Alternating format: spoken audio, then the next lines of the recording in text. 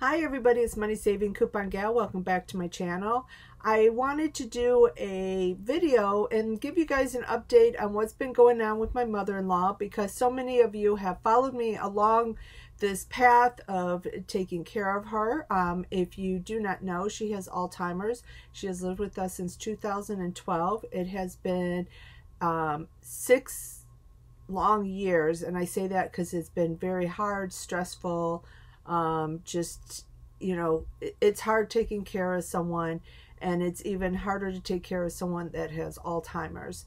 But we have recently applied for Medicaid for her, because in the past we always paid for everything for her out of our pocket that her Social Security check did not pay for. And I'm finding out now that a lot of things we could have gotten help with, and we were unaware of it. But anyways, you know, it's your family member, you take care of them, you do what you need to do. So we applied for Medicaid, like I said. People have been telling us for years we should do this, and I finally did it, and she got approved. I have to say I was really scared because I heard that it could take up to 2 years to get approved, and I think her whole process took maybe a month, if that, around a month, I guess. And she got approved, and then we had to find a nursing home that had a Medicaid bed available. Unfortunately, here in South Florida, if you go south of us, if you go into Miami and stuff, you can find empty beds, but a lot of them, they don't speak English, so you got to be able to, you know, communicate with her. So we can't go that way. So we went up north, and we finally found one that had actually 4 beds available, and we went and toured the facility. And what's nice about this facility is that it is all memory care. It's all for dementia and Alzheimer patients, which is nice because if you've ever gone to some of them, a lot of these places, they have a memory care, but they're not really trained for memory care. They're just, you know, to the Alzheimer's part, to the Alzheimer's extent, I'll say. Sometimes they just you know, they don't know how to word it with them. You have to word things certain way with them. Like, you can't say, oh, do you want to take a shower? Because 9 out of 10 times they're going to say no, and then they'll never take a shower. So you have to say, oh, let's go take a shower. It's how you word things. But anyways, so this place is just for dementia and Alzheimer patients, which is just really nice. By the time she got approved, they were down to, or actually when we toured it, there was 4. When we toured it, I knew we were getting to the point where we were going to get approved. They only had 1 bed left, and then when she got approved, I called them immediately, and they had no beds left. But there was a situation with a couple of patients. They had to move them out of a shared room and put them in private rooms, and that took up other rooms, and that was the problem. So anyways, excuse me, I'm trying to adjust here. So he called me, what's today? Thursday? I think he called me on Monday or Tuesday. Did he call me? I think Monday or something. But anyways, he called me and said, we have a bed available. I can't tell you how happy my husband and I are. Not that we don't love his mom, not that we don't want to take care of her. It is just too much to do. I mean, as you see, I hardly ever do videos anymore.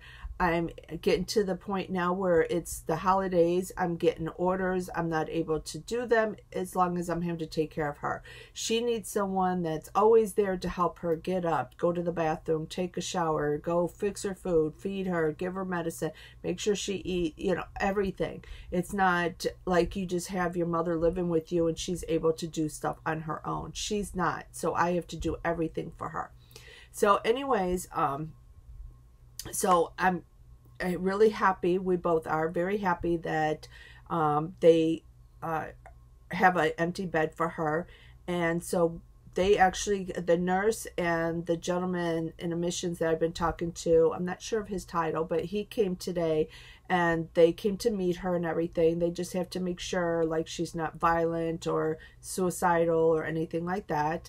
And then tomorrow she will be moving in there. So I'm hoping that my life will get back to normal, because I have to say, when she was in rehab for those couple of months, my life kind of did get back to somewhat normal way of life again. And then it just was upside down when they released her. So now hopefully this will be her permanent resident, and they, you know, they're more equipped to take care of her anyways. They have all the stuff that she needs, and you know, she's with other people, you know, her age, which is nice. They do activities every day of the week. We can go and visit her at any time, so it's really nice. So all I need to do today is I need to put her name in all her clothes, which I did order labels to put on the clothes. And it came today. Amazon delivered them today, but none of my permanent markers will work on there. It wants to just wipe off. Like here, this is, well, I have a permanent marker from Dollar Tree. I have this one here. And maybe just because it's from Dollar Tree, but this is how it wrote on there. I mean, just really, you can't even read it. So I'm going to, when my husband gets home, we're going to eat some lunch, and I'm going to then run to Target and see if I can find a permanent marker to write her name on those and get her clothes all ready and stuff, and we'll take her there tomorrow. So I just want to give an update. I appreciate all the well wishes, the people asking me how she's doing, and you know, the prayers and everything, because it is really hard, and I hope nobody judges us for our decision, because I know there are a lot of people that feel you should never place your family member in a nursing home unless absolutely necessary. But you have to remember that we cannot even like leave her home alone to go to the grocery store to do anything. So that's why I haven't been to Dollar Tree or anything except for the haul I just did, because I have to wait till like my husband gets home, or we have to have someone come sit with her. And if you've ever had someone come sit with her, it's not cheap, and they won't just come for like a half an hour. You got to pay them a certain amount of hours, and you know, it gets costly and stuff. So this was just a good decision and the best for us, for our lives, our marriage, and our sanity and health. And I say health because when I just went to the doctor, she talked to me, my blood results came back, they were off the chart. She could just tell. She said, I'm not even going to check your blood pressure because I know I've just been so out of whack that, you know, it's been really hard and stressful. And I think that's why her Medicaid went through so fast when they came out, and everybody, you know, interviewed us and stuff. I think they just saw all the stress in my face and my voice, and just knew that, you know, I was at my breaking point.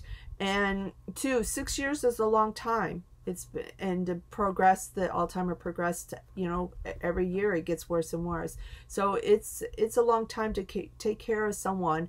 And you know, that, you know, it's easier if it was just like I had someone to come and give me a break sometimes, but I don't. I'll put it that way. I don't have someone that can just come and, you know, say, okay, well, I'll come and take care of her, and you know, you guys, you know, go out to do whatever you got to do. We don't really have that. The few times that we do or whatever, or you know, been able to do our own thing, you know, it gets expensive. So unfortunately, she has a daughter that does nothing for her, does not even contact her. Sorry, I got an itch. She doesn't call her, she doesn't write her because she lives in another state. She doesn't do anything.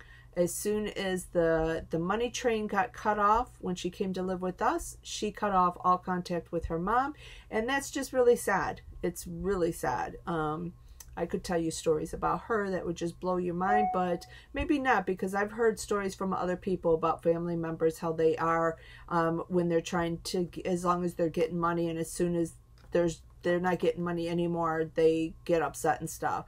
I'm sure she's waiting for a big payday. And when my mother-in-law does pass away, I'm sure she's thinking she's going to get all this money and stuff, just like she thought when my father-in-law passed away. But just like she was surprised when my father-in-law passed away, she's going to be surprised when my mother-in-law passes away. She will be not getting anything. So, and I say that because it's a bad situation when you have someone, she's at home, she doesn't work, she doesn't do anything, you know, I shouldn't say doesn't do anything, but she doesn't work, and she doesn't work in the house, and she doesn't work outside the house. So she could easily, you know, my husband could fly her there, and she could easily take her for a month or two, or even like for a week when my husband's on vacation, and this woman has done nothing. She's not even my mother, and I've done more for her than her own daughter has. So that's why there's a little animosity there towards her, and that goes with my husband too. He's fed up with her too. It's just really sad. But we asked her for help one time when my mother-in-law had her thyroid removed. We were there with her for a week when she was having the surgery, and then the doctor wanted someone to stay with her for 2 weeks to make sure she didn't choke or something.